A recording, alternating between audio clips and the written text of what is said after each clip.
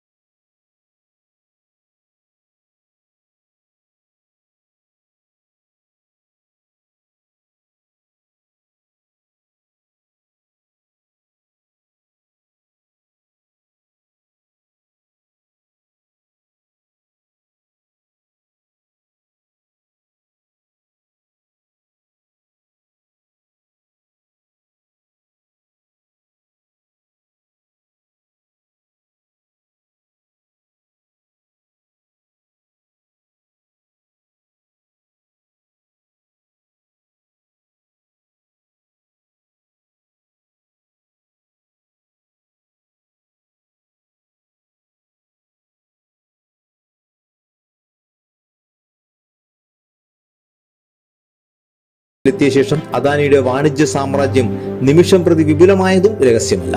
വിദേശ യാത്രകളിൽ മോദിക്കൊപ്പം വിമാനത്തിൽ സഞ്ചരിക്കുന്നതും അവിടങ്ങളിൽ പുതിയ സംരംഭങ്ങൾ തുടങ്ങുന്നതും ലോകം കണ്ടു. അതേ അദാനി ഇന്നൊരു സാമ്പത്തിക കുറ്റവാളിയാണ്. എന്നാൽ ദേശീയതയുടെ പുതപ്പണിഞ്ഞ അദാനി വെട്ടിപ്പ് പുറം ലോകത്തെ അറിയിച്ചവരെ ഭീഷണിപ്പെടുത്തുകയാണ്. സെബി അന്വേഷണത്തിന് ഉത്തരവിടുമെന്ന് പ്രതീക്ഷിച്ചുവെങ്കിലും വിശദീകരണ നോട്ടീസ് പോലും ഇതുവരെ നൽകിയിട്ടില്ല. LICക്ക് 73,000 കോടിയുടെ നിക്ഷേപം അദാനി ഗ്രൂപ്പിലുണ്ടെന്നത് ആശങ്ക ഉളവാക്കുന്ന യാഥാർത്ഥ്യമാണ്. ഇതിൽ 300 കോടി ഹിൻഡൻബർഗ് റിപ്പോർട്ട് വന്നതിന് ശേഷമാണ്. SBI ആകട്ടെ 225 കോടി അദാനി എന്റർപ്രൈസസിൽ നിക്ഷേപിച്ചിട്ടുണ്ട്. ജനങ്ങളുടെ പണം ഊഹക്കച്ചവടത്തിന് എറിഞ്ഞു കൊടുക്കരുതെന്ന ധനവിദഗ്ധരുടെയും ഇതര രാഷ്ട്രീയ പാർട്ടികളുടെയും മുന്നറിയിപ്പ് BJP സർക്കാർ വകവയ്ക്കാറില്ല. കോർപ്പറേറ്റുകളുടെ വാണിജ്യ തന്ത്രങ്ങൾക്ക് പരിരക്ഷ നൽകുന്ന ഭരണം വലിയ നാശത്തിലേക്ക് രാജ്യത്തെ നയിച്ചുകൊണ്ടിരിക്കുകയാണ്. ബാങ്കുകൾ കിട്ടാക്കടം വരെ നട്ടം തിരിയുമ്പോൾ സാമ്പത്തിക കുറ്റവാളികൾക്ക് വിദേശത്തേക്ക് ഗ്രീൻ ചാനൽ ഒരുക്കുകയാണ് മോദി സർക്കാർ. കോർപ്പറേറ്റുകളുടെ കിട്ടാക്കടം എഴുതിത്തള്ളിയതിന്റെ കഴിഞ്ഞ 6 വർഷത്തെ കണക്ക് പാർലമെന്റിൽ വെച്ചത് ഈയിടെയാണ്. 11.17 ലക്ഷം കോടി.